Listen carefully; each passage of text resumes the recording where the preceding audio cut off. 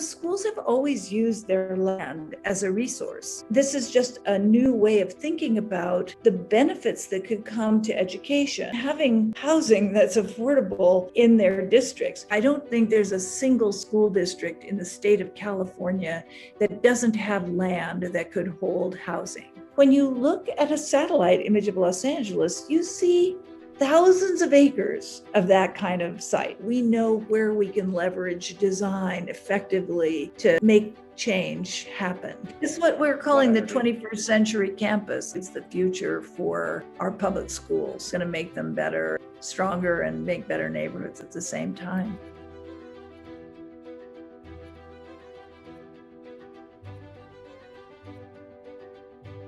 I'm Dana Cuff. I'm a professor at UCLA in architecture and urban design and in urban planning. And I'm the director and founder of cityLAB, which is a design research think tank at UCLA, located in the Department of Architecture and Urban Design, especially focused on the Los Angeles region and on affordable housing in particular. We work all across campus, and we have partners in the city and with a lot of nonprofits and a lot of community organizations. I founded cityLAB in 2006 with Roger Sherman, who's an architect and urban designer. It was really not long after Hurricane Katrina. We realized that there was so much work that architects and urban designers needed to do after that disaster. So we started cityLAB in order to mobilize more creative architecture and design work in public contexts where you might not follow a standard commission or have a client, but create your own clients and constituents around issues that really needed architectural attention.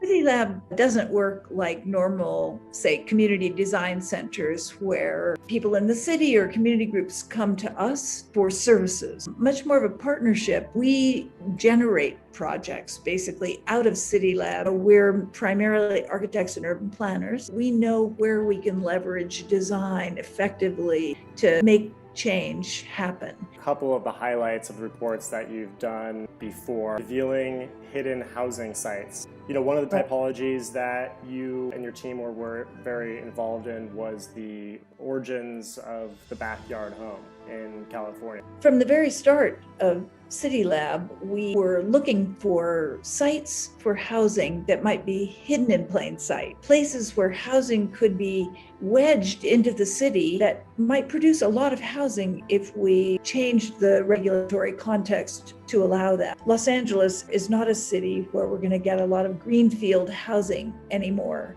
So we're really looking at infill sites. When you look at a satellite image of Los Angeles, you see thousands of acres of that kind of site. It could be anything from people's backyards to surface parking lots to hospital yard areas and schoolyards. When we first started working, the idea of working in backyards seemed extremely important to me. Homeowners across the city had illegally added secondary units, particularly in working class neighborhoods, because it made so much sense. And they were willing to do that even though they couldn't legally get them permitted because we didn't have the right policies in place. So cityLAB spent 10 years. It took that long to get the exact right combination to figure out what would open up the floodgates so that you could build those houses legally. I worked with Richard Bloom's office, the assembly member from my district, to write the housing policy for the ADU law that was put into place. Yeah, so you took the research, you then carried it through to state policy that opened up this whole new market in California. That's right. We carried 10 years of research, which ranged from talking to homeowners in places all across the city. Pacoima was really the heart of this project. We worked for the longest time at the local level, but it wasn't possible to get the city council all on board at the same time. And in the end, the opportunities were much more productive at the state level. With the ADU legislation, is we had no ability to control the affordability of the units we produced. It was great on production, but not as great on equity as we might have chosen. So really that's what led us to the second large initiative, which I hope takes less than 10 years. We're on about year 4 now, to look at school land and see where in the school properties that are held, public school properties, we might be able to build workforce housing related to education that's owned by schools, something that is held in public and could remain in the public domain to operate as a real resource of affordable housing. You're looking at this now, not just in LA, but across the state of California. You identified 11,000 sites that are either K through 12 or community colleges or university campuses throughout the state. 166 square miles of school property in the state of California that can be, part of it at least, can be maybe developed. Yeah, those are really back of the napkin numbers. And we're actually now involved with the California School Board Association, also been funded by the Chan Zuckerberg Institute to get those numbers specific. Another few months, I'll be able to give you really clear numbers of sites, numbers of acres that are underutilized on those sites. Of the more than 1,000 school districts, I don't think there's a single school district in the state of California that doesn't have land that could hold housing. So that in and of itself is a really exciting proposition. That doesn't mean that it's appropriate for all those places, but our early estimates was that we could get 1 million units of housing on the public land in California. You know, schools have always used their land as a resource. And this is just a new way of thinking about the benefits that could come to education, having housing that's affordable in their districts. A quarter of California school teachers can't afford to live in their own districts. Everyone wants to recruit and retain the best teachers. That's very hard to do now. Staff throughout the school districts, employees that aren't able to live near schools. There are reports of teachers' aides who are living in their cars. So there are plenty of people who need this housing, particularly in high housing cost areas. Developing the housing with a close relationship with community interests is going to be absolutely key to making this work. If districts or developers try to impose this in communities, it's going to fail. And that's what's happened in many districts. People feel such an amazing affection for their local public schools, even if they send their kids to a private school. The centrality of the K through 12 school in the American neighborhood is really fundamental. So making sure that we work with those communities to develop schools that I think can have a win-win-win outcome, actually improve the neighborhood. Community rooms and computer education spaces built into the new developments and the kinds of spaces that communities want. It can serve the people who live there, teachers and janitors and families who live in housing. And of course, it can serve the school by providing more stable teaching and workforce, but also by providing new kinds of facilities that the schools need. Getting rid of a lot of those portable classrooms. Now, the most amazing thing about this is there are only 5 of these housing developments built now, and 4 of those are in Los Angeles. Because of the genius, the staff at LAUSD, particularly Al Grazioli, who is my personal hero these days, there's a very nice development in the Santa Clara School District called Casa del Maestro in Northern California. We also know that there are 87 school districts that have looked at or are continuing to look at building workforce housing or housing on their school land. So the interest is growing exponentially. Now we're trying to figure out how we can unleash that interest and potential and get real housing developments going on these different school properties. What are some of the main steps? How schools can take sort of initiator role in school development? Is the path not created there, or is someone not walking down the path that's already been created? Great questions. Much of the housing that is being considered on school land is district-led. They're the ones who are initiating pre-development studies to decide, should we build housing or not? Los Angeles Unified School District is the second largest district in the country.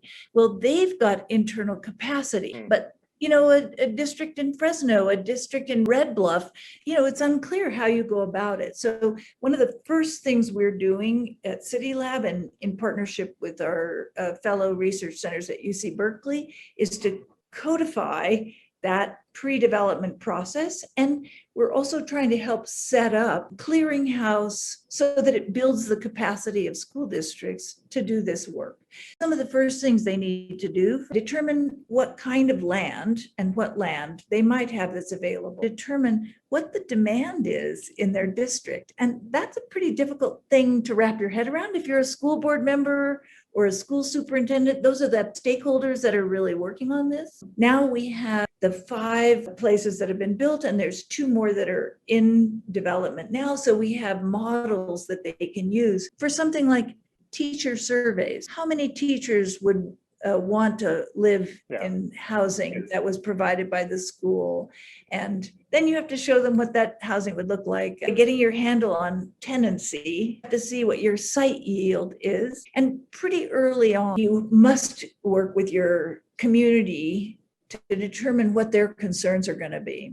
So there's a lot of suspicion, understandably, given the kinds of housing crises that we're facing now. And then they need to find a great set of consultants that can help them get to a real feasibility analysis. There's a lot of steps to getting to the point where a school board can confidently say, yeah, this is a good idea. This is a way we want to use our resource in land. The first question, and I think it's the right one that comes up, is why should we get into housing when we have so many issues in front of us that are really our primary mission, which is education? That's school districts, school boards. So the decisions about this initially are made by the school board membership, which is volunteers throughout California, and not people who have development experience usually, and school administrators, especially the superintendents. Anyone who's done housing development knows you can be in that business for a long time and still get caught up in the complexities of it. We're just now starting to run an academy, school boards and school administrators, to learn how to do this. So we're building a training program with our partners at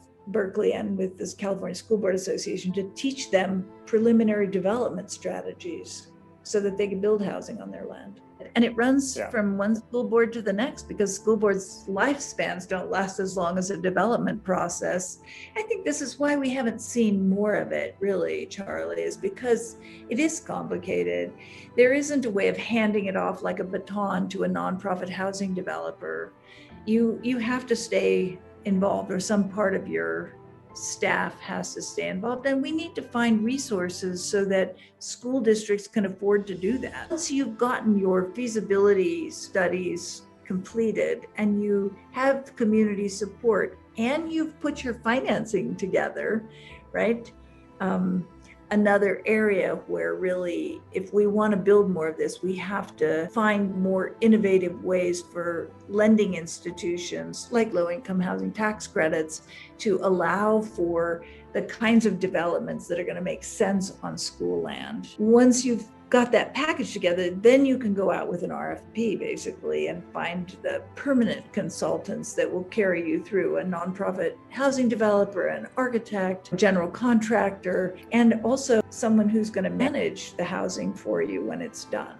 Are there laws that need to be changed or implemented? There are barriers in existing regulatory state and municipal levels. In Los Angeles, there's a local legislation that you can't build any higher density than the surrounding neighborhoods. That means that if you're in a suburban context, in single-family zones, you're not going to get very many houses. And we know now we could quadruple the density of our suburban lots and still end up with a similar kind of character to the neighborhood and equal livability. So we know that we should be able to add density without any detrimental effects on the neighbors. We don't have that in our heads yet. The more examples we can call out, the more likely we'll be able to convince people that that's a reasonable direction. And we need to remove that policy so that we're able to do those kinds of tests. All these require zone changes. So that's a problem. We should be allowing, like we do at the University of California and the state systems, on state university, land is not zoned. You can build anything. And that should be the case for all of educational facilities. That will help quite a bit. Everybody goes through a zone change at the moment, and it's a time sink. Lengthy timelines are barriers in and of themselves. There are two types of land now that we're looking at: open site and an infill site on a campus. And those are the two kinds of categories of sites we're looking at now. Open site, and that's what's been built so far, usually separated from the school ground, might be a parking lot, the urban site where there's transit. And there you can build a fairly high density housing development. And those are what we see in some of the Los Angeles cases. And the second is one that has been tried less, and that's a more acupuncture-like development, where on an existing campus, you can find sites not taking away green space, building walk-ups, 2-story, 3-story, 4-story courtyard housing, and each of those is kind of plugged in to help strengthen the school site plan, underutilized land, and you can use the housing to give the school grounds some new identity. It sort of reminds me of like a university campus where you have this lively interplay of dormitories and mixed use. It's what we're calling the 21st century campus. I mean, I really think it's the future for our public schools. And I think it's going to make them better, stronger, and make better neighborhoods at the same time. Dana, I appreciate your time. Thank you. Take care. Bye.